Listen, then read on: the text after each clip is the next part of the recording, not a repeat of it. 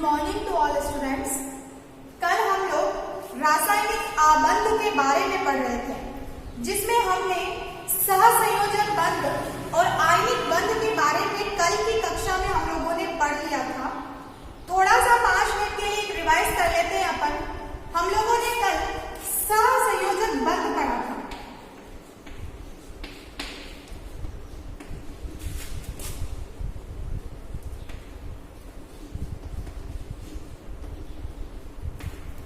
सहसंयोजक बंध में हमने कल ये कहा था कि इसमें परमाणु जो है वो इलेक्ट्रॉन का क्या करते हैं, साझा करते हैं, इलेक्ट्रॉन की साझेदारी करते हैं और अपने अष्टक को पूर्ण करने का प्रयास करते हैं। और सहसंयोजक बंध के अंदर साझेदारी से ही अष्टक जो है वो पूर्ण किया जाता है। एक नई बात आज आपको ये देखने को मिलेगी कि ये जो सहसंयोजक बंध है ये 3 प्रकार के होते हैं। कितने प्रकार के होते हैं? ये 3 प्रकार के होते हैं, जिसमें पहला है एकल बंध, जिसे हम लोग सिंगल बॉन्ड भी कह सकते हैं। दूसरा होता है द्विबंध, या आप इसे डबल बॉन्ड कह सकते हैं। और तीसरा होता है त्रिबंध, या हम इसे ट्रिपल बॉन्ड कहते हैं। सिंगल बॉन्ड, डबल बॉन्ड और ट्रिपल बॉन्ड। तो ये जो सहसंयोजक बंध है ये 3 प्रकार के होते हैं, एकल बंध, द्विबंध और त्रिबंध। अब बात ये आती है कि एकल बंध कब लगेगा, द्विबंध कब लगेगा और परमाणु के बीच में त्रिबंध मतलब कि ट्रिपल बॉन्ड कब लगाया जाएगा। तो हमें सिर्फ एक बात याद रखनी है कि जब हम लोग एक इलेक्ट्रॉन का त्याग करेंगे तो एकल बंध, जब 2 इलेक्ट्रॉन का त्याग करेंगे तो द्विबंध, और जब हम लोग 3 इलेक्ट्रॉन का त्याग करेंगे तो हमें त्रिबंध मतलब कि ट्रिपल बॉन्ड वहां पे लगाना है। तो जब हम लोग 1 इलेक्ट्रॉन का अगर त्याग करेंगे तो एकल बंध, अगर हम लोग 2 इलेक्ट्रॉन का अगर त्याग कर रहे हैं तो द्विबंध, और अगर 3 इलेक्ट्रॉन का दान कर रहे हैं, 3 इलेक्ट्रॉन को त्याग कर रहे हैं तो त्रिबंध।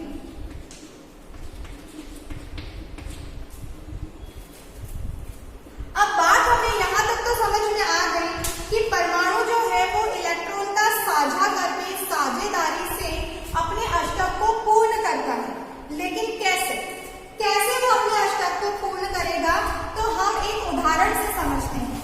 हम यहाँ पर क्लोरीन का उदाहरण ले लेते हैं।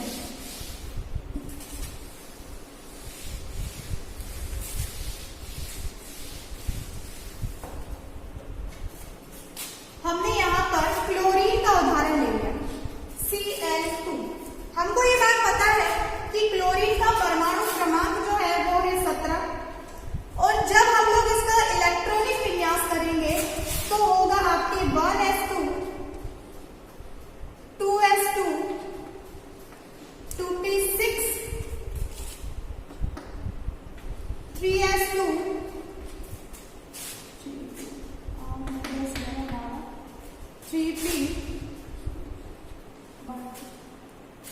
3p5। ठीक है, तो इसके अगर हम लोग इसका इलेक्ट्रॉनिक विन्यास कर रहे हैं तो कितना हो रहा है, 3s2 और 3p5, मतलब इसके बाह्यतम कोश में 3p5, मतलब बाह्यतम कोश में कितने इलेक्ट्रॉन है, 7। कितने इलेक्ट्रॉन है इसके बाह्यतम कोश में, 7 इलेक्ट्रॉन बाकी है। और इसे अपने अष्टक को पूर्ण करने के लिए कितने इलेक्ट्रॉन की जरूरत होगी, 2 इलेक्ट्रॉन की। क्यों? क्योंकि यहाँ पर क्लोरीन जो है वो 2 है, लेकिन अगर यहाँ पे क्लोरीन 1 होता तो 1 इलेक्ट्रॉन की जरूरत होती। तो ये आपस में कैसे साझा करेगा, देखो।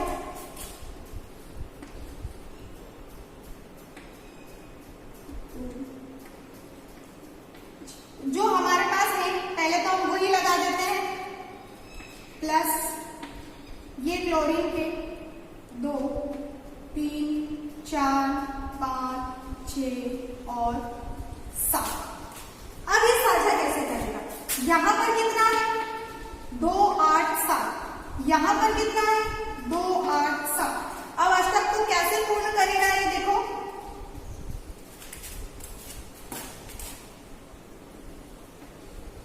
क्लोरीन में 1 2 3 4 5 6 7। इसके पास एक इलेक्ट्रॉन तो खुद का है इसे, दूसरे का देख लेते हैं।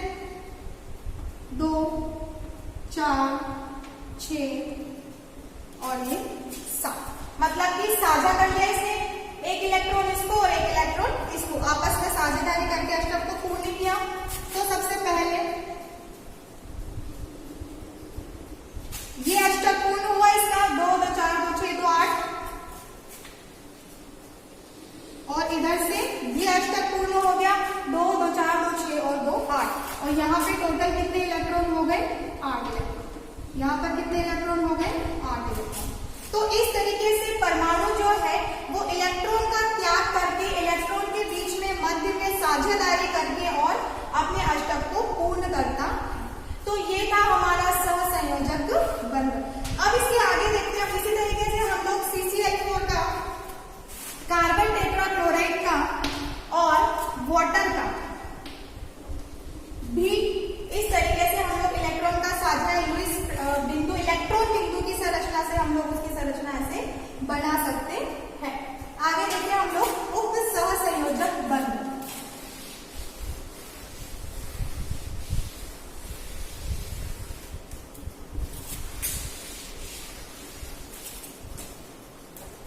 उप सहसंयोजक बंधन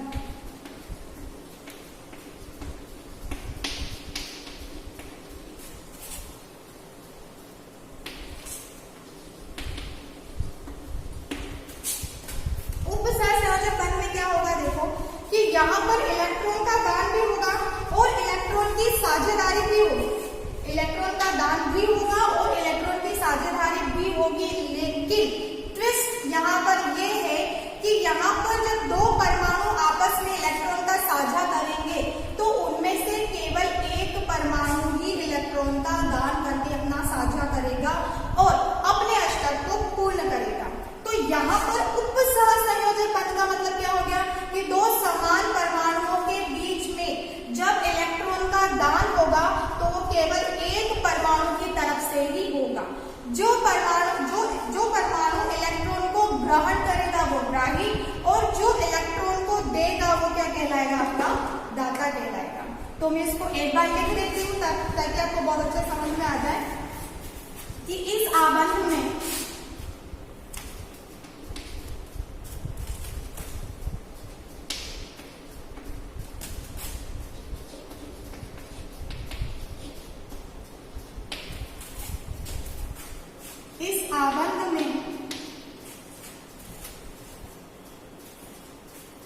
साझा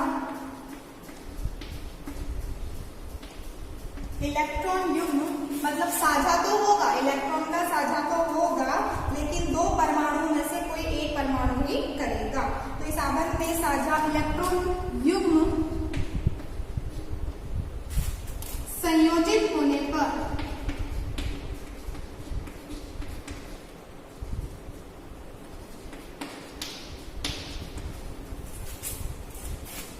संयोजित होने वाले दो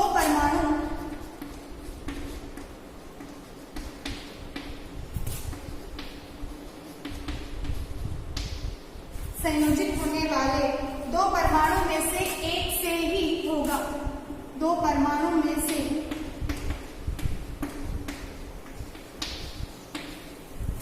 एक से ही, मतलब दो में से कोई एक परमाणु ही इलेक्ट्रॉन युग्म का दान करेगा, इलेक्ट्रॉन युग्म को संयोजित करेगा।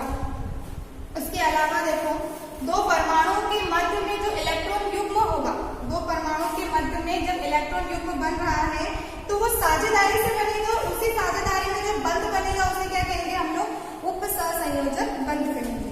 तो देखो कि दो परमाणुओं के मध्य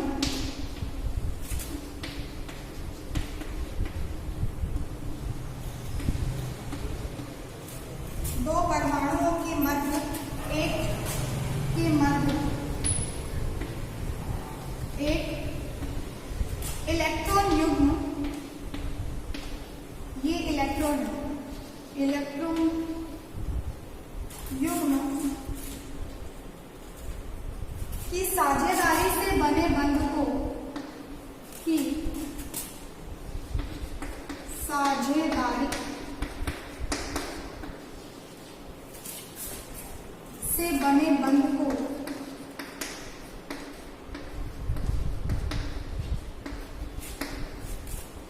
उपसहसंयोजक बंध कहते हैं।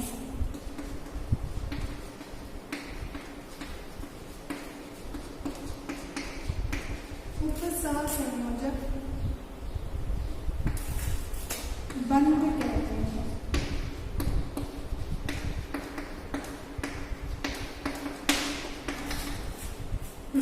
देखो, तो जब दो परमाणु के मध्य में एक इलेक्ट्रॉन युग्म की साझेदारी होगी और उन दो परमाणुओं में से कोई एक ही इलेक्ट्रॉन का दान करेगा, तो उसमें उसके बीच में जो बनने वाला बंध होता है, साझेदारी से बनने वाला जो बंध है, वो क्या कहलाएगा?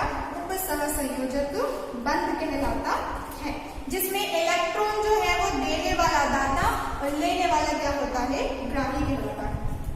एक बार फिर समझ लो उपसहसंयोजक बंध को, कि उपसहसंयोजक बंध में क्या होता है कि इस आबंध में साझा इलेक्ट्रॉन युग्म, साझा इलेक्ट्रॉन युग्म का मतलब क्या हो गया है कि जो हम साझेदारी कर रहे हैं वो इलेक्ट्रॉन युग्म संयोजित मतलब जुड़ने होने संयोजित होने वाले दो परमाणु में से एक से ही होगा। मतलब इलेक्ट्रॉन का साझा जो है वो तो हो रहा है, लेकिन वो जो साझेदारी है वो दो में से किसी एक परमाणु की होगी, और दो परमाणु के मध्य में एक इलेक्ट्रॉन युग्म की साझेदारी से बनने वाला जो बंध होता है वो उपसहसंयोजक बंध कहलाता है। सहसंयोजक बंध में और उपसहसंयोजक बंध में सिर्फ एक ही सबसे बड़ा फर्क ये है कि वहां पर जब परमाणु जब अपने इलेक्ट्रॉन की साझेदारी कर रहे थे तो बराबर ही मात्रा में कर रहे थे। मतलब जिसको जरूरत थी वो ले लेता था, जिसको जरूरत नहीं थी वो दे देता था। वहां पे दोनों परमाणुओं में समान साझेदारी हो रही थी, लेकिन यहाँ पर दोनों परमाणुओं में से कोई एक इलेक्ट्रॉन जो है वो साझेदारी के लिए आगे बढ़ेगा। तो ये फर्क होता है सहसंयोजक और उपसहसंयोजक बंध में। इसमें एक बात और नोट करना आप लोग, इसकी हम लोग डिटेल, ये अभी हमारे लिए इतना सफिशिएंट है, लेकिन इसकी जो डिटेल है जब हम 12th क्लास में जाएंगे तो हमें पूरी डिटेल पढ़नी है उपसहसंयोजक बंध के बारे में। तो अभी हमारे 11th की क्लास में सिर्फ डेफिनेशन ही है और कुछ एग्जाम्पल है, उसके अलावा और कुछ नहीं। तो इसीलिए हम लोग भी इसको आगे और ज्यादा नहीं बढ़ाएंगे। इसकी कुछ एग्जाम्पल है वो आप लिख लीजिए। उससे पहले एक बात और नोट करिए कि जो इलेक्ट्रॉन ग्रहण करता है, मतलब इलेक्ट्रॉन ग्रहण करने वाला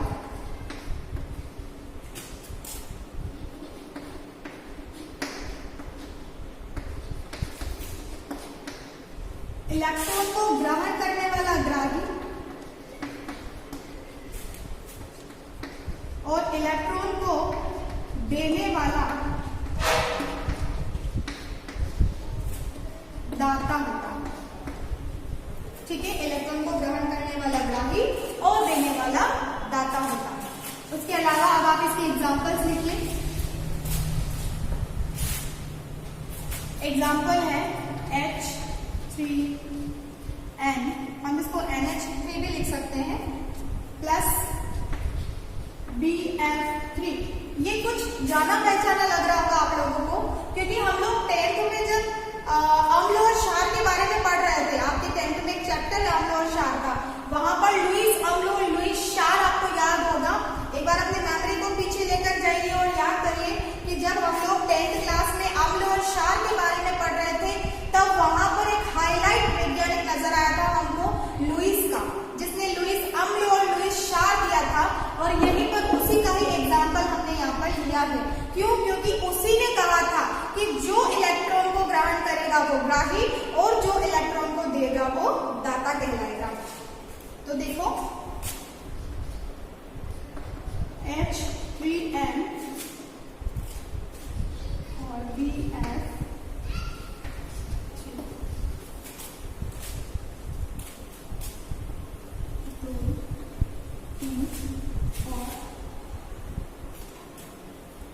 ठीक है, एक तो ये एग्जाम्पल है।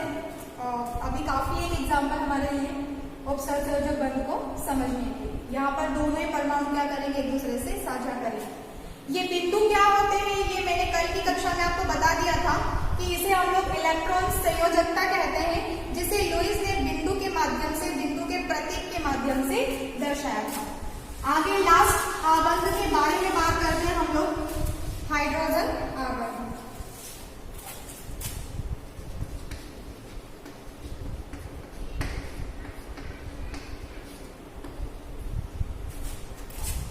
हाइड्रोजन आबंध या हाइड्रोजन बंध दोनों एक ही बात है। हाइड्रोजन आबंध और हाइड्रोजन बंध में सबसे बड़ी बात ये आती है कि हाइड्रोजन परमाणु जो है वो सबसे ज्यादा अधिक विद्युत ऋणी तत्वों के साथ ही बंध बनाता है। अधिक विद्युत ऋणी तत्व कौन कौन से होते हैं, जैसे आपके फ्लोरीन है, ऑक्सीजन है, नाइट्रोजन है, ठीक है, ये क्या होते हैं, अधिक विद्युत ऋणी तत्व होते हैं। तो ये जब हाइड्रोजन इन अधिक विद्युत ऋणी तत्वों के साथ में जब बंध बनाता है तो H के ऊपर आ जाएगा आंशिक धन आवेश, और जो अधिक विद्युत ऋणी तत्व है उनके ऊपर आंशिक रूप से आ जाएगा ऋण आवेश। तो धन आवेश कब लगता है, जब हम इलेक्ट्रॉन का दान करते हैं, है ना, तो उसके ऊपर धन आवेश लगता है। आपको एक एग्जांपल और याद होगा, जब मैंने आपको NaCl का एग्जांपल दिया था, तो Na ने अपना एक इलेक्ट्रॉन, Na का लास्ट में क्या था, 2 8, तो Na ने अपना एक इलेक्ट्रॉन क्लोरीन को दे दिया था, तो इसके ऊपर प्लस और इसके ऊपर माइनस आवेश लग गया था। तो हम यहाँ पे ये समझ सकते हैं कि जो इलेक्ट्रॉन का दान करता है उसके ऊपर होता है धन आवेश, और जो इलेक्ट्रॉन को लेता है उसके ऊपर होता है ऋण आवेश। अधिक विद्युत ऋणी तत्व हम इनको क्यों कह रहे हैं, क्योंकि इनको, ये जो तत्व होते हैं, ये जो परमाणु होते हैं, ये इलेक्ट्रॉन को अपनी तरफ आकर्षित करने की क्षमता सबसे ज्यादा होती है, इसलिए हम इनको अधिक विद्युत ऋणी तत्व कहते हैं, जिसमें कुछ कार्बन है, ऑक्सीजन है, नाइट्रोजन है, फ्लोरीन है, ये कुछ 3-4 नाम आते हैं। तो ये हाइड्रोजन जो है वो इन अधिक विद्युत ऋणी तत्वों के साथ जब बंध बनाएगा तो हाइड्रोजन के ऊपर तो लगेगा धन आवेश, और बाकी जिस विद्युत ऋणी तत्व के साथ ये साझेदारी कर रहा है, जिसके साथ ये बंध बना रहा है, उसके ऊपर लगेगा आंशिक ऋण आवेश। कैसे लगेगा देखो, ये फ्लोरीन है, ये हाइड्रोजन है। हमने एग्जांपल यहाँ पे फ्लोरीन का लिया हुआ है, हम यहाँ पे कुछ और एग्जांपल भी ले सकते हैं, ऑक्सीजन भी ले सकते हैं, नाइट्रोजन भी ले सकते हैं।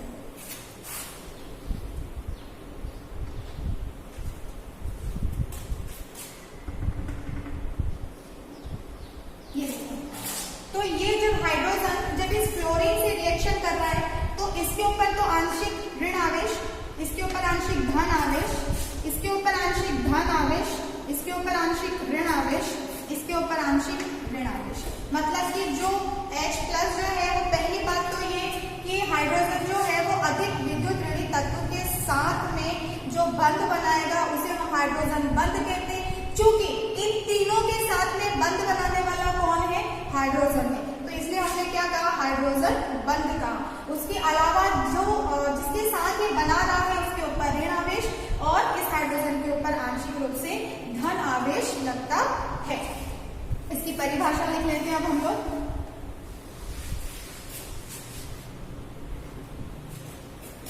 हाइड्रोजन परमाणु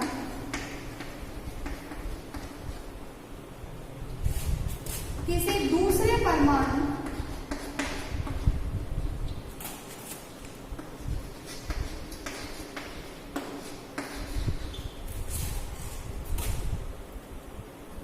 के विद्युत, किसी दूसरे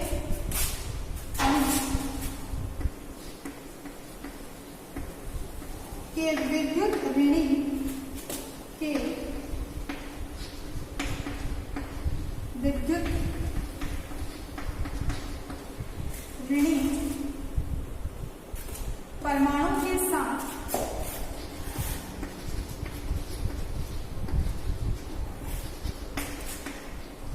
एक बंध बनाता है,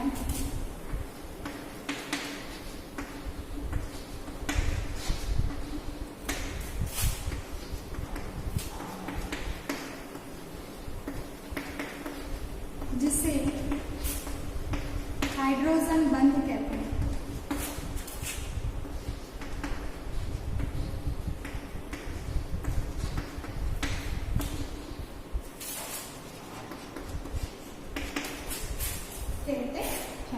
तो ये हो गया हमारा हाइड्रोजन आबंध या हाइड्रोजन बंध। इस तरीके से हमारे रासायनिक आबंध के चारों बंध जो होते हैं वो आज कंप्लीट होते हैं।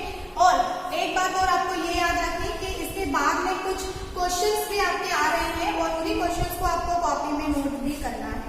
उसके अलावा एक बात और ये है कि यहाँ तक जो है वो एग्रीकल्चर वाले जो बच्चे जो केमिस्ट्री पढ़ रहे हैं 11th के, उनके लिए आज का ये लास्ट टॉपिक है। इसके आगे आपको नहीं पढ़ना है। इसके आगे हम लोग नया चैप्टर स्टार्ट करेंगे और अपने 11th की केमिस्ट्री तो अभी बाकी है।